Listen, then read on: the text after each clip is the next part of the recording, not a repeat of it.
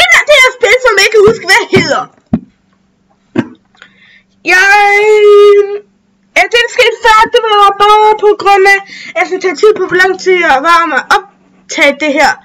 Derfor, og jeg glemte at sætte den til at starte. Så, men, det her Tycoon. Behøver du vise, at jeg skal gå derhen, når jeg allerede har købt den. En Tycoon, hvor vi skal erobre den der sted. Hey, kan du ikke snart få bygget? Good. Den der er færdig der. Godt. Det er rigtig tjent, den der bare der. Godt. Jeg har valgt en problem med musen. Godt. Så vi har 100, og den her koster 300. Først så kommer jeg til, vi kan købe. Jeg tror ikke, vi kan. Okay, vi kan godt købe den nu. Vi skal i hvert fald få Europa den der. Vi kan hernede kan jeg sende til at holde min base eller gå til angreb. Og vi vælger selvfølgelig at til at gå til angreb. Selvom jeg prøver at skibe der. Selvom jeg ikke helt ved om det er nogen god idé.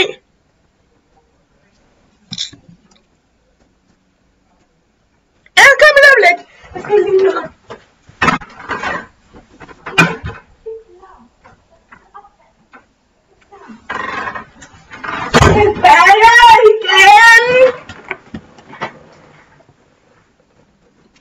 Jeg har bare lige glemt døren. Jeg lukker døren. Men 900. Hvad koster de her 500? Vi køber den bare.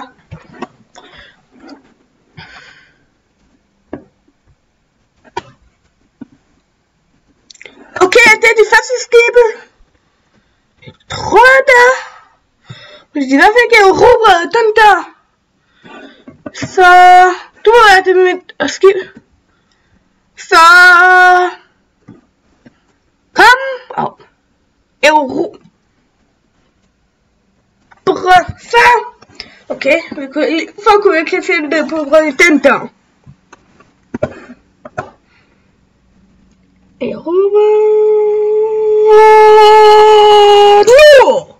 Nu kan jeg se, hvad de så gør nu. Vi kommer 100% til at tabe kampen.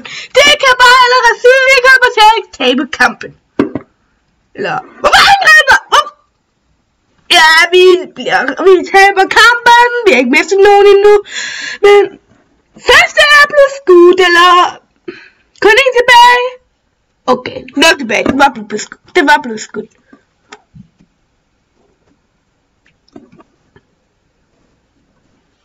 Ja. Jeg kommer ikke til at have den så lang tid.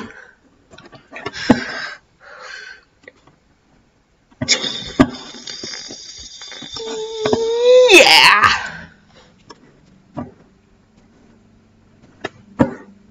Okay.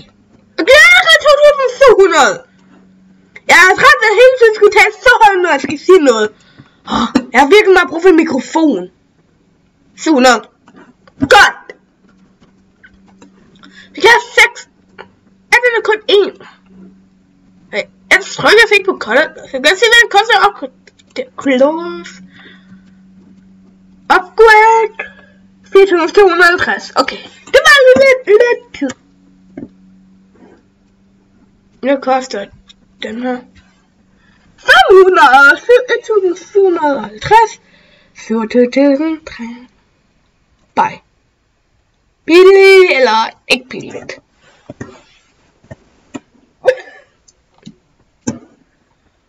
Godt. Så kan vi få bagskibet. Prøv at det virker. Jamen vi kan ikke få det endnu. Ja, vi kan godt få bagskibet nu. Så vil jeg bare på at de kommer. Og koster den opgave der. 5.250. Der vil jeg se på en jomfru-rejse. Og ikke dig. Kom hvis de bliver samlet. Okay, vi har den der. Tangreb. Jeg tror ikke altså helt vi kommer til det lykkes. Og hallo, så væk, hallo, I så Ja, der er overfald.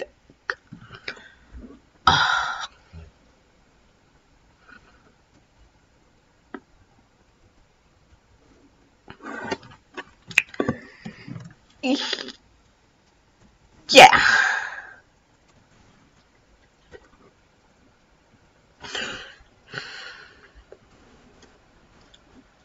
Hej.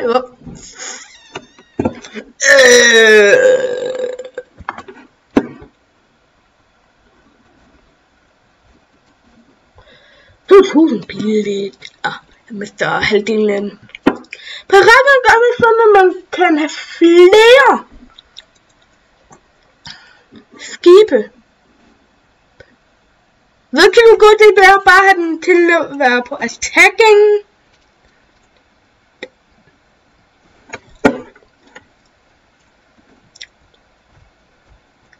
Kan jeg opgradere den? Ja, okay. Jeg vil godt vide, hvad det koster. 1200. Upgrade.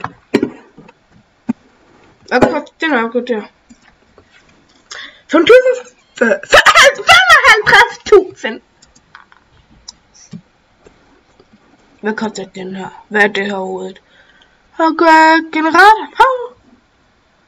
Hej, grill. Hvor lang tid er jeg overhovedet? Jeg skal lige se, hvor lang tid jeg optager. 6 minutter. Prøv at se, hvor langt vi er kommet på 6 minutter.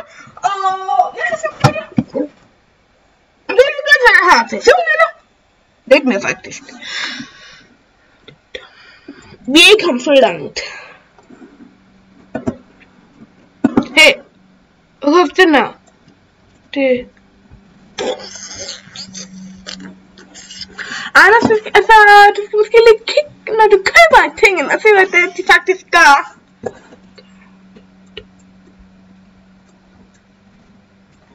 Hvis vi får 8.000, så kan vi få den næste bombe. Jeg gider ikke bruge 45 Robux på et bombe. 45 Robux. Selvom den faktisk vil være ret god, tror jeg. Hallo, I bliver væk. Hallo, I kom tænder på, det var forbudt.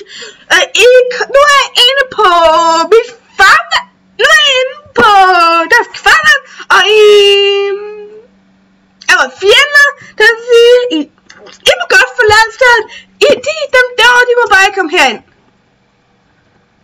Og ignorer de her 2 skibe, de vil ikke gøre noget, så det er simpelthen 2 eneste skibe på flåden. Ja! I kommer ikke tilbage.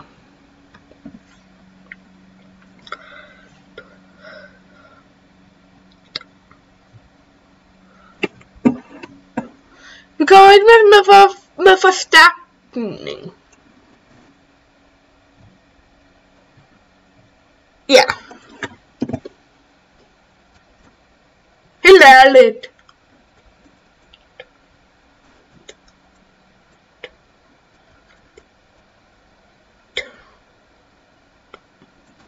Hvad er det nu, den har kostet? 250. Hey!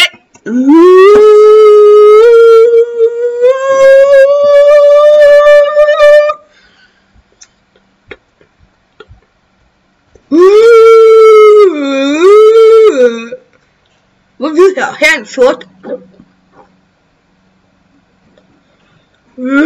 Rød. Bare om den skal blive ved med at stå på angreb. Godt. Hallo, jeg sagde, jeg skal blive derovre. Så skal jeg ikke fortsætte. Det bliver smidt bare derovre. Ikke det bedste. Jeg ved, der er en eksplosion med den næstbedste. Det er lidt omkring herovre den. 500. Hvis vi måske kunne have nogle flere.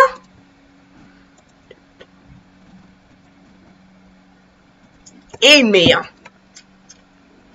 Og det så tror jeg, hvis det så er 2, og så er 3. gang, hvis man, ja, det kan man vist, så er det 3 gange.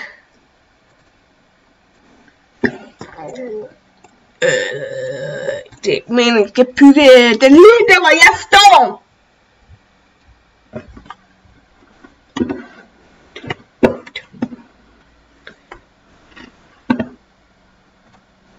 Ja. Hvad koster den her overkort der? 2500. Billigt. Skal jeg købe den for 8000? Hvor blå? Nej, jeg bliver her. Wow, jeg tror vi har holdt den i sådan lang tid. Prøv at den der. Nej. Ikke engang for blå hold. Kun ikke for rødt hold.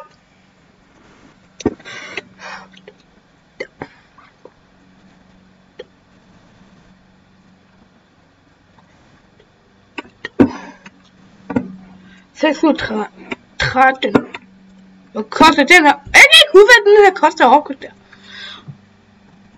Køb. Billigt eller... Nej, ikke særlig billigt.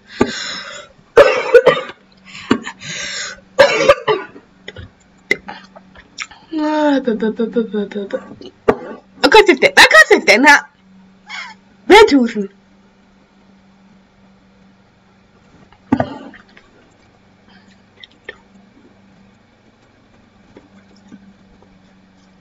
Og for rødt den er så travlt, vi skal købe den så noget for rød.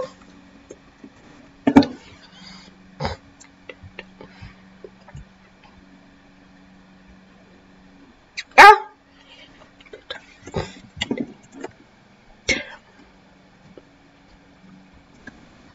Kom opgradere den en gang mere. Hvad sker der overhovedet, hvis man opgraderer den? Hej, nogle skibe her, jeg skal for? Helt klart. Okay, det måske.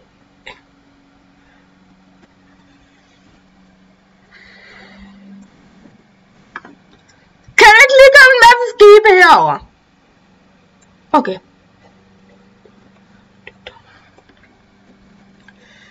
Kan jeg måske komme ind og prøve på at erobre den, der så jeg kan springe der til luften, fordi hvis den bevæger sig, så... Okay, jeg sender den afsted, og der boom! Det nåede ikke at bevæge sig. Flyt sig. Jubi,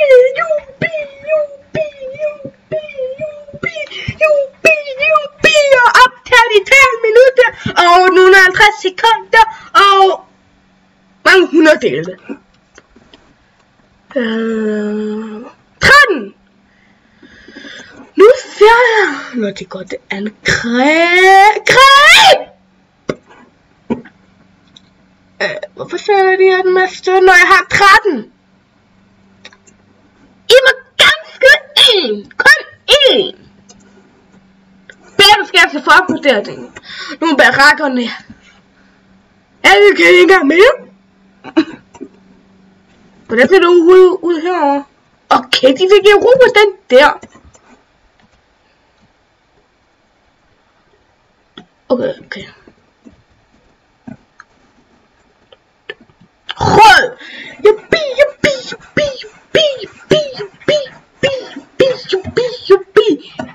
Vi kommer nok til at tabe den her.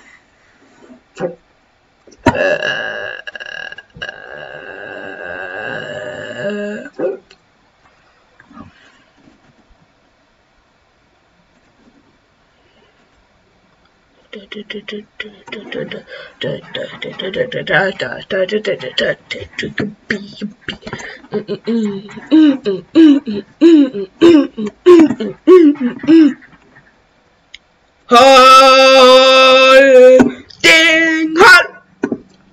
I gør et angreb. Fordi jeg kan ikke bringe til at gøre det noget andet. I tager dem her. Det er bare... Det der er friske. Det er jo bare sådan et hospitalski. Kunne du ikke se det?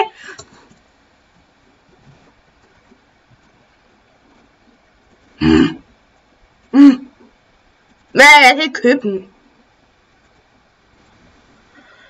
Skal jeg ikke bare flytte det her der?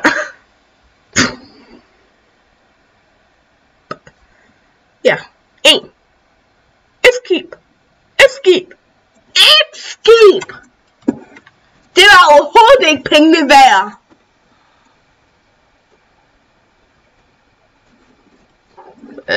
Hvad?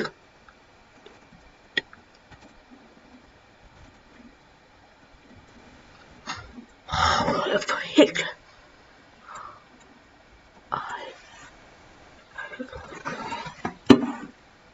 Okay, hvad koster den her? Hvad er det overhovedet? Vindmøller? 300. Lukker det så op til nogle flere? Ja. Endnu en vindmølle. Kommer der flere? Det burde jo gøre. Okay, nu skal jeg få bygget. Hvorfor kom den så? Når jeg ikke kan få bygget den der færdigt. Aner det ikke, men måske skal jeg opgradere. Okay, jeg opgradere den her. Hvad koster det? Ja.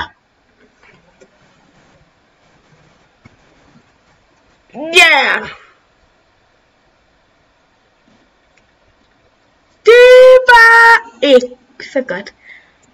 For nogle gange i videoen, det hvor så er det lige vores system, det lige skal se, hvor lang tid jeg optaget. Okay, det var her, det her. Hvad? Skal du købe dyreceller?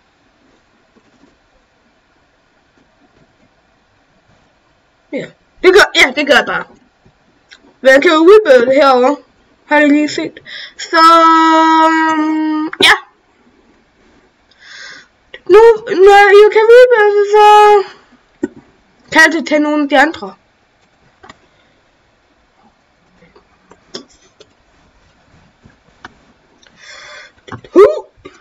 Hvad?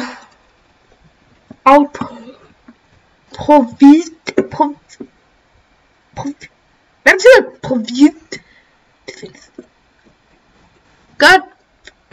Hvad betyder det? Godt.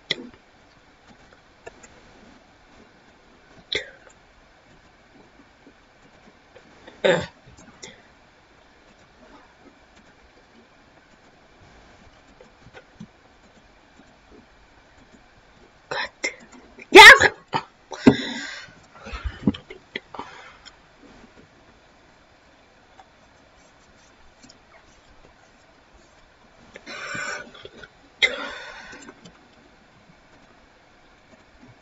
Hvor skal det være så billigt?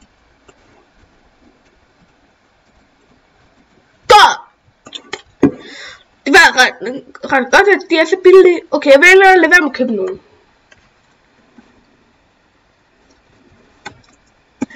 Skær, det er kun 2 mere. Eller bare 2 mere. Ja.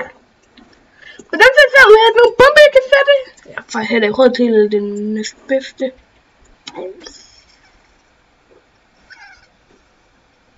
Nu har jeg.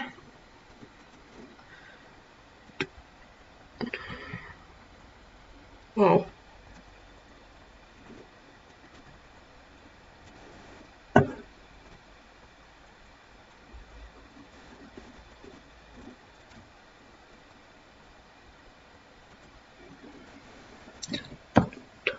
God.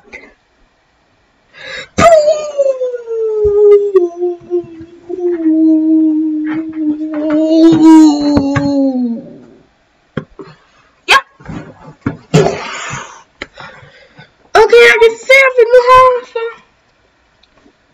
Det er stadig nogen tilbage.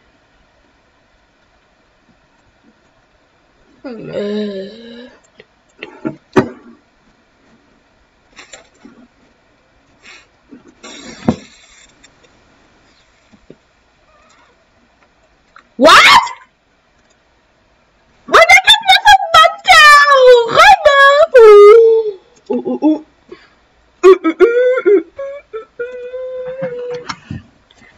Er det fordi de er så tæt på hinanden, eller hvad? Jeg kan få købt den her nu. Ja, køb den!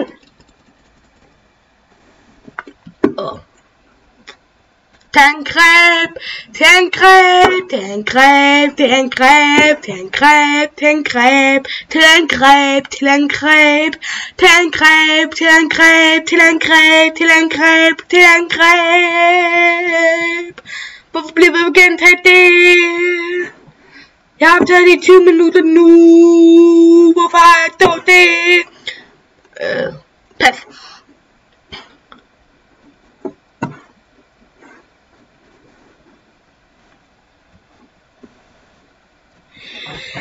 Ja!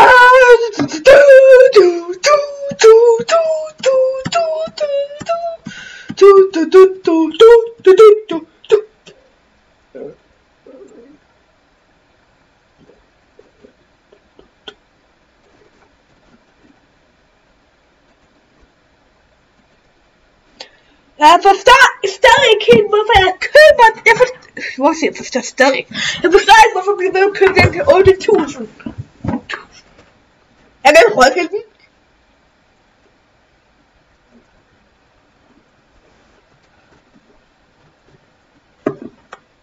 Ja. Nu har jeg optaget mere end 21 minutter på mig, på min telefon, så siger den 21 minutter og 20 sekunder. Og 21 minutter og 10 sekunder nu. Men det var så for denne video. Vi ses! Hvis I ikke har gjort så subscribe til kanalen, hvis I ikke har gjort så like, og det er den video med jer ven. Og vi ses i næste video. Hej! Jeg skal lige kunne finde ud af at slukke